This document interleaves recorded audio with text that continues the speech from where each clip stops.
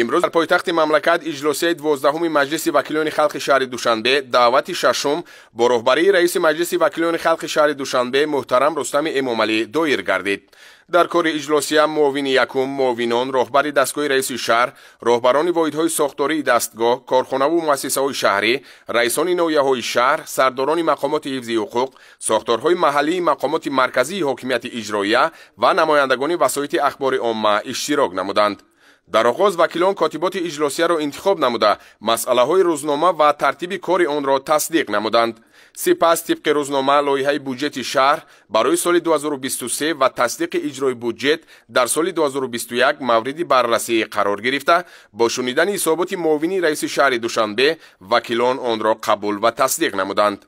رئیس شهر وابسته به اجرای نقشه بودجت و ثمرناک استفاده بردن مبلغ‌های بودجتی و کم نمودن بقیه پولی‌های اندازه به مسئولین دستور و سپارش دادند. وکیلان در ادامه جریان اجرای برنامه دولتی رشد کمپلکسی نقلیات جمهوری تاجیکستان تا سال 2025 و اجرای نقشه چاره‌بینی‌های مقامات را محاکمه نموده وابسته به آن حسابات معاون رئیس شهر دوشنبه شنیده شد.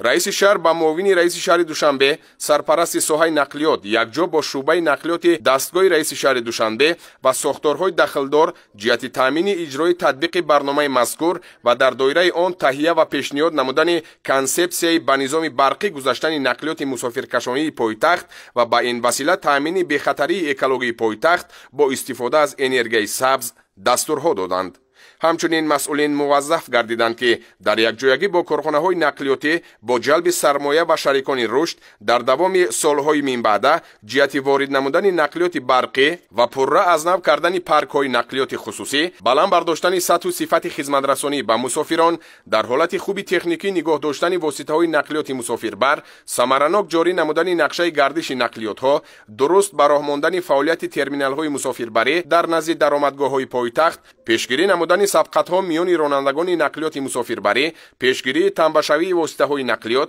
کاهش دادن صدمه‌های راه و نقلیاتی، با تنظیم درآوردن نقلیات مسافرکشی تاکسی و درست معین کردن کوتاها، آمادگی کارخانه‌های نقلیاتی شهر با زمستان گذرانی سپارش‌های مشخص دادند. سپس سخنرانی رئیس شهر دوشنبه اوید به نتیجه‌های جنبست رشد اجتماعی و اقتصادی شهر دوشنبه در سال 2022 شنیده شده، وظیفه‌ها برای سال 2023 معین کرده شدند.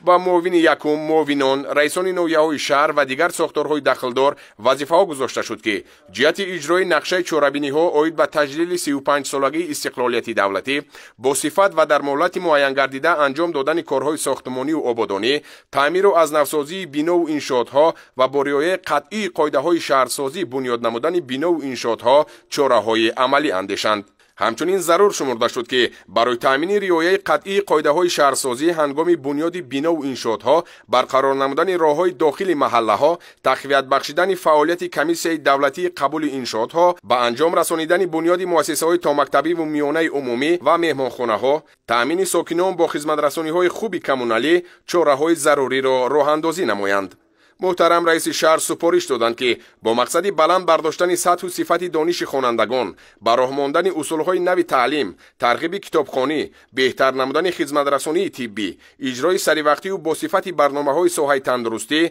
تدبیرهای مشخص اندیشند.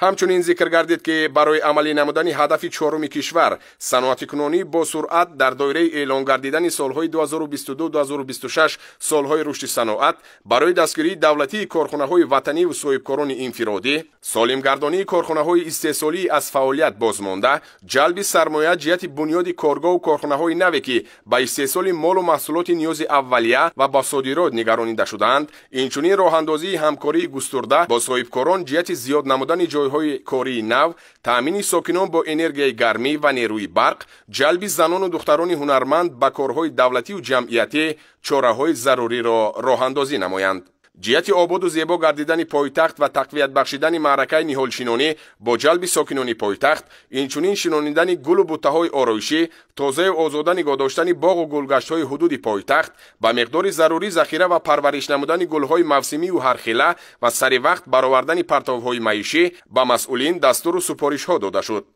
وکیلان همچنین یک قطار قرارهای قبول نموده رئیس شهر دوشنبه را در سمت سیاست کادری و دیگر ساحه‌های مهم شهرداری بررسی و تصدیق نمودند.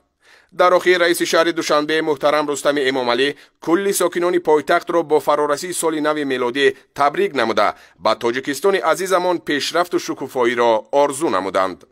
бо ҳамин иҷлосияи 12-уми маҷлиси вакилони халқи шаҳри душанбе даъвати шашум кори худро анҷом дод.